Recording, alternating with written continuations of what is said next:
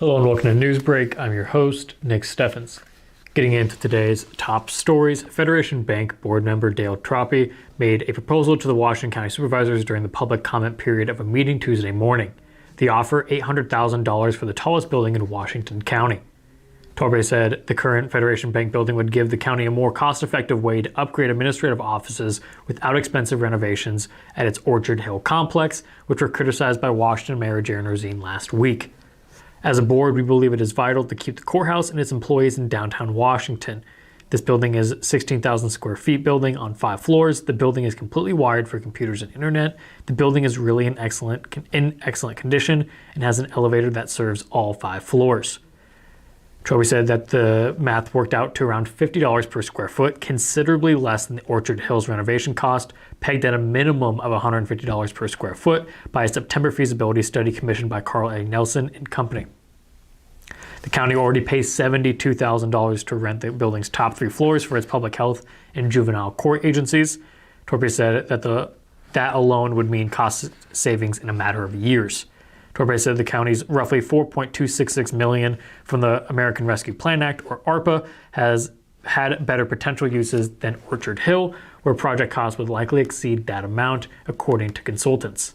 The Board of Supervisors' stance on the offer is not yet clear. There does seem to be consensus that more room is needed, one way or another. The Mount Pleasant Pep Stop BP gas station issued a challenge for the Panther pump.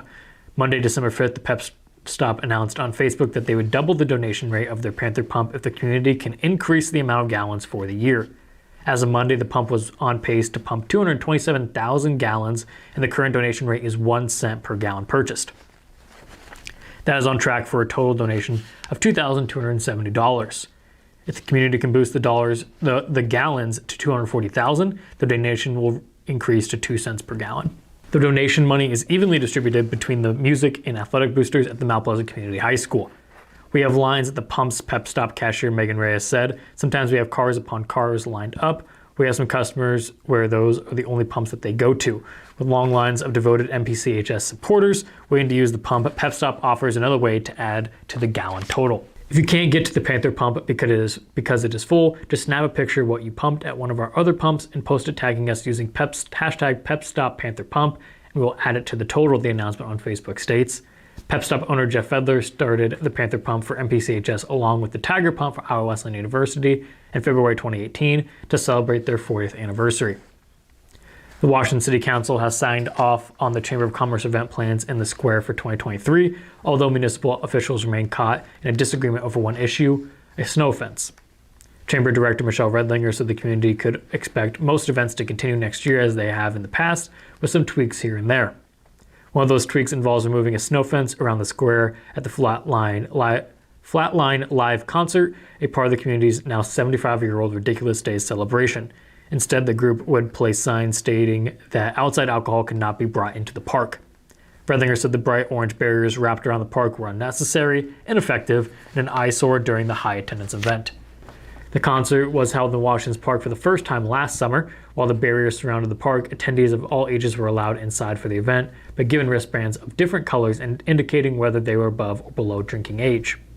Mayor Jaron Rosene said he agreed with proposals to remove the snow fence and that both the Iowa Alcoholic Beverages Division and County Sheriff have signed off on it.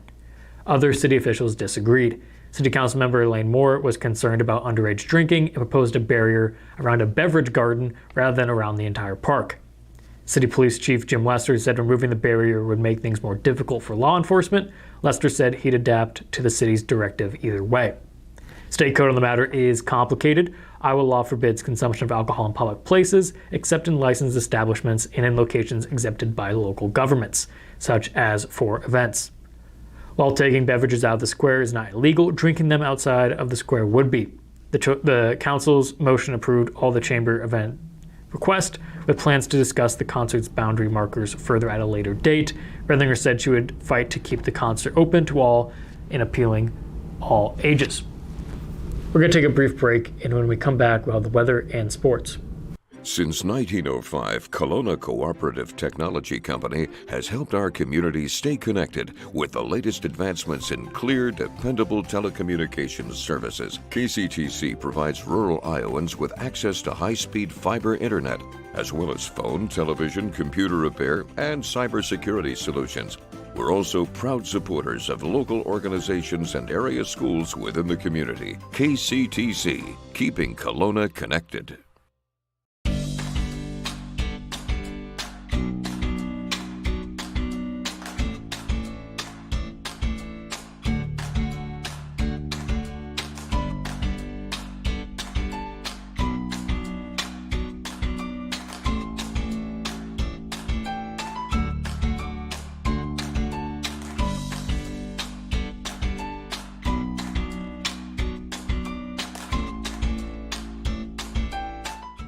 At the Capper Auto Group, we put our customers' needs first and understand that everyone is as different as the vehicle they select. We offer new Ford, Chevrolet, Buick, GMC, Jeep, Chrysler, Dodge, and Ram vehicles in a friendly environment that puts you in the driver's seat. When it comes to service, we maintain factory-trained technicians and competitive pricing. The Capper Auto Group still believes that service after the sale provides the best customer experience. Come see the Capper experience for yourself. Hospice isn't a place, it's a type of care that focuses on living. Servicing a 7-county area, the Hospice of Washington County staff of nurses, social work, hospice aides, spiritual and grief support, volunteers, music and massage therapists are able to provide free end-of-life care where the patient lives. We write wills, give consent for organ donation, but rarely is there a plan for what we would want the final phase of our lives. At Hospice of Washington County, we encourage our patients to be in charge of their healthcare decisions while maintaining quality of life. Hello and welcome back to Newsbreak. I'm your host, Nick Steffens. We have the weather and sports coming up, but first obituaries. Lowell Smith of Ankeny passed away on December 4th at the age of 90. Funeral services will be at 10 a.m. December 10th at Reese Funeral Home in Ottumwa. Reese Funeral Home is in charge of the arrangements. That was obituaries. It is now time for the weather. The weather is brought to you by Jacqueline Ariola, LLC. Come visit Jackie in her new location downtown. She is ready to serve Washington and the surrounding community. Although it will be above freezing the rest of the week, it appears there will be 3 days of rain. Today there is an 80% chance and the high will be 43. Tomorrow the high will be 43 again and it will rain throughout the morning. Thankfully, though, we will get a break throughout the afternoon and evening. On Saturday, the rain will be back and the high will be 45. Sunday, it will also be 45 degrees again, but luckily there'll be no rain. Finally, we will start our work week with cloudy skies and a high of 47. We're going to take another brief break, and when we come back, we'll have sports. Federation Bank is a locally owned bank providing award-winning customer service. We believe that we are more than just a federation of banks, but a federation of communities, serving Brighton, Richland, Wellman, and Washington, Iowa. Federation Bank's highly skilled staff is here to make sure you are able to accomplish your personal and professional goals, whatever they may be. Federation Bank, your family bank.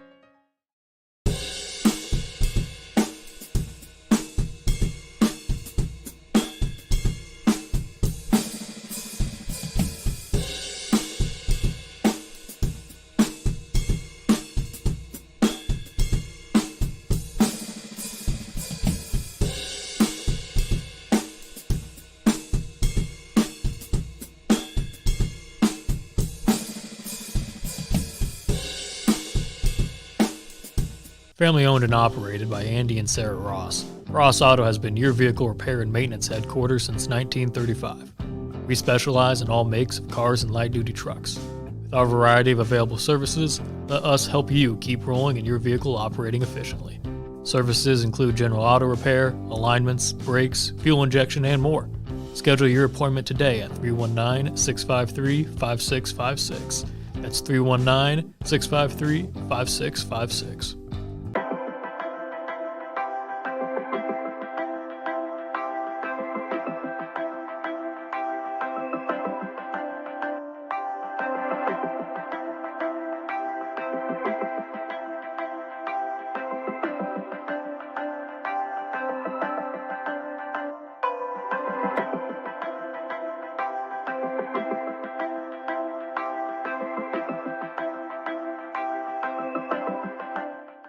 Hello and welcome back to Newsbreak. I'm your host, Nick Steffens. It is now time for sports.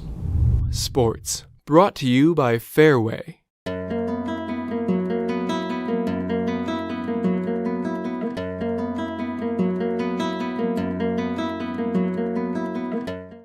Iowa Wesleyan men's basketball has been on a roll as of late. Since losing their second game of the season, the Tigers had won 10 straight. On Wednesday, they looked to make it 11 straight with a matchup against the Western Illinois Leathernecks. After a tightly contested battle in which the two squads would tie 6 times in the final 6 minutes, the Tigers came up just short, 84-73. Joy Brown led the Tigers with 18 points in the loss. Alante Pickens added 17 points. Jacoby Evans finished with 13. The Tigers shot 38% from the field in the contest, 45.45% in the first half, and 31.58% in the second. From 3, the Tigers ended with a percentage of 30.6 in the game. Iowa Wesleyan will be back in action on Tuesday, December 13th on the road against St. Ambrose University. That has been the news for Southeast Iowa. I've been your host, Nick Steffens. This has been your news break.